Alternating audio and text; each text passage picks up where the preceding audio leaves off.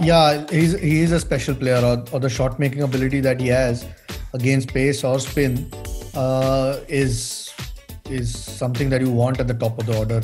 You'd expect Shikhar to do a little bit more, but he is giving the starts that Delhi need, and at the moment Prithvi has been explosive, but the perfect start that Delhi Capitals could have asked for. Shikhar is out there, gives that stability, that solidity in the opening partnership.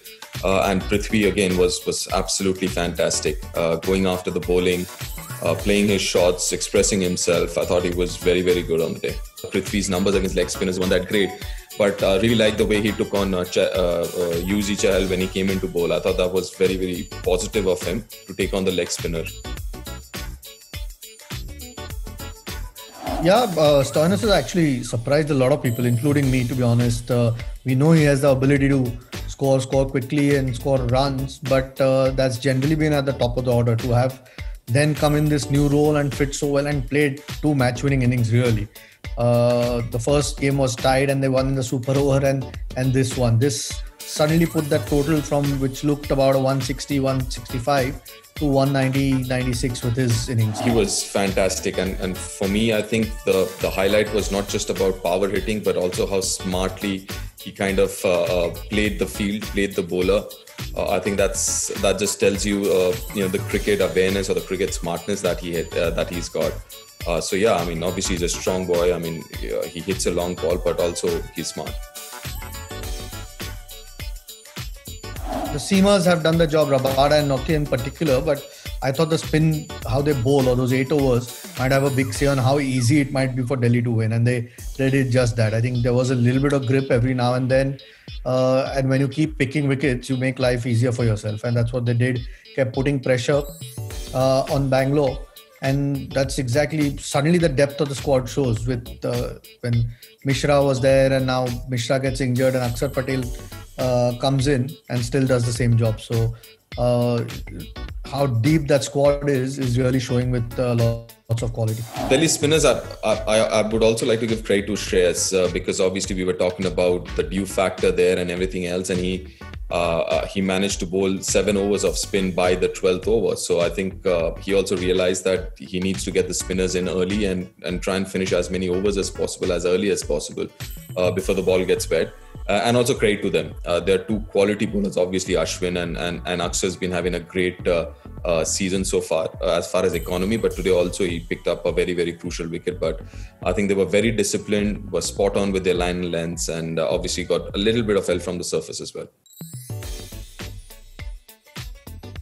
We've seen what Rabada does. I think Nokia is the one guy. You always, if there is another sort of bowler or a strike partner, it just helps things along. You can bowl in tandem.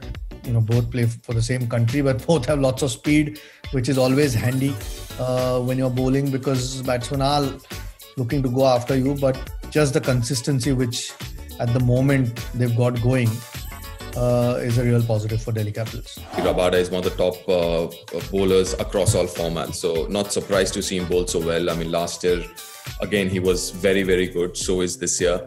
Nokia, I guess, the fact that, there is this comfort level between them. They play for the same team, same country, all formats. I think maybe that's one of the reasons why Anrich Nokia looks so comfortable in his role here at DC. But obviously, both of them got the pace, got the skill set, and they're having fun. Yeah, I think it's scoreboard sort of pressure told on them. They couldn't get going. Finch in particular, I think, run a ball innings, and not a big innings, was lucky to survive, but just couldn't get going, and that tells you how good the bowling was. Similar with Padikkal, tried to hit a big shot, and then even AB de Villiers, I thought played a shot too early, because with the kind of ability that he has, a little bit of consolidation with Virat Kohli, and they might still have had a chance to chase that down. So, but it was the pressure put by the bowlers. Eventually, they didn't Delhi Capitals haven't put a foot wrong on the night, and that the pressure eventually showed on RCB. When you're chasing down 196, irrespective of who you have in the middle order, a good start was always important. And unfortunately, RCB lost 3 wickets in the power play, which is never going to be easy post losing 3 wickets. But credit also to the bowlers. I think they were very, very tight with their lines, very attacking, because most of those deliveries were going to hit the stumps. So yeah, I mean, attacking bowling, and obviously when you're chasing down such a mammoth score, you as a batsman are under pressure to capitalize on the first 6, but 3 wickets in the power play was always going to make things that much more difficult.